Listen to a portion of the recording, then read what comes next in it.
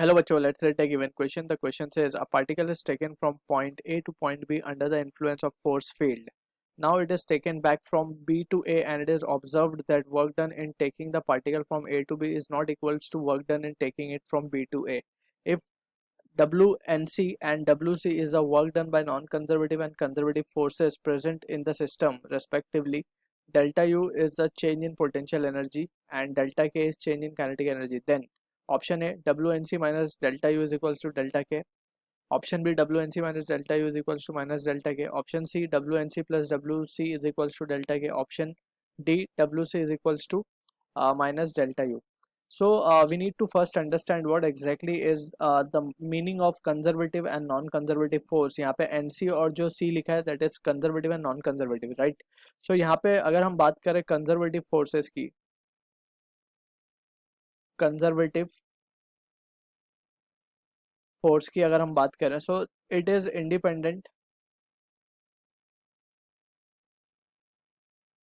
of path, यानी कि इनका जो वर्क डन होता है, वर्क डन जो होता है इनका by conservative forces are independent of path, वो पाथ पे डिपेंड नहीं करता. फॉर एग्जांपल अगर हमारे पास एक ब्लॉक है, राइट, इस ब्लॉक को अगर we can take at a height h, मान लेते हैं कि this is the height h, अगर इस ब्लॉक को हमें हाइट h पे लेके जाना है, so there can be any ways, हम यहाँ से जा सकते हैं, हम सीधा जा सकते हैं, हम घूम के जा सकते हैं, ठीक है.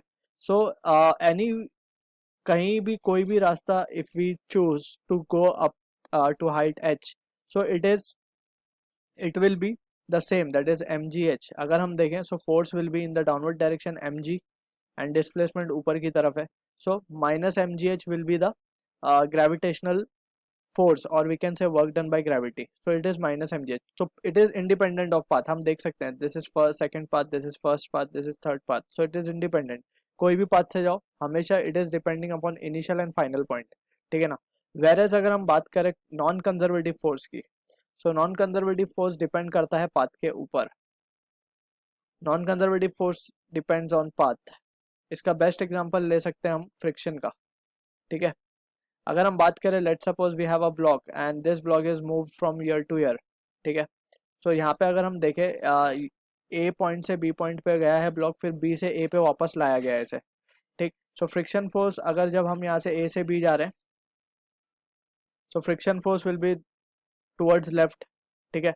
सो यहाँ से यहाँ तक बी तक जाने में फ्रिक्शन फोर्स कितना हो जाएगा, लेट्स से ये अगर हम मान लेते हैं डिस्प्लेसमेंट एस है इसका, सो सिर्फ जाने जाने में फ्रिक्शन फोर्स कितना लगेगा, वर्क डन बाय फ्रिक्शन कितना हो जाएगा, work done by friction will be force into displacement with a negative sign, right.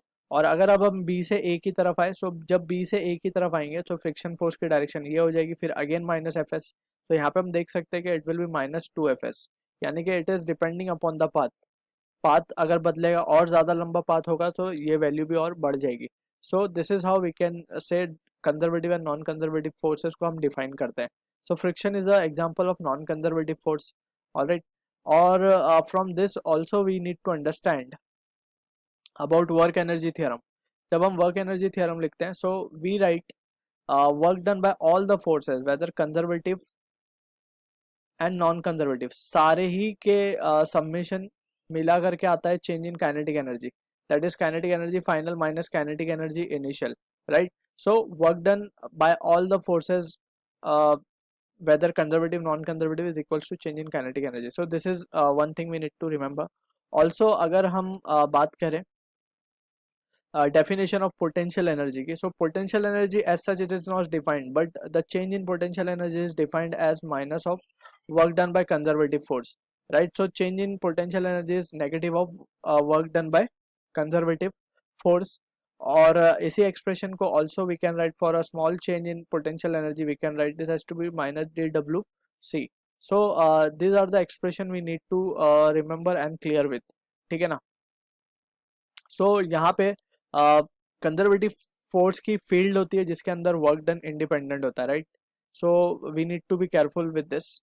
Also अगर हम अब ऑप्शंस को देखें according to this discussion we can say, तो हम क्या लिख सकते हैं, work done by conservative and non plus non conservative will be change in kinetic energy. So from this हमारा ऑप्शन सी तो करेक्ट हो जाएगा, ठीक है ना. ऑप्शन डी की बात करें सो ये भी करेक्ट है हमारा, राइट. और अगर हम बात करें ऑप्शन बी ए की, तो ये भी करेक्ट है, because instead of conservative force we can substitute minus delta U, right. So ये भी करेक्ट आ जाएगा. So option A, C and D is the answer to the question. I hope you understood the solution. All the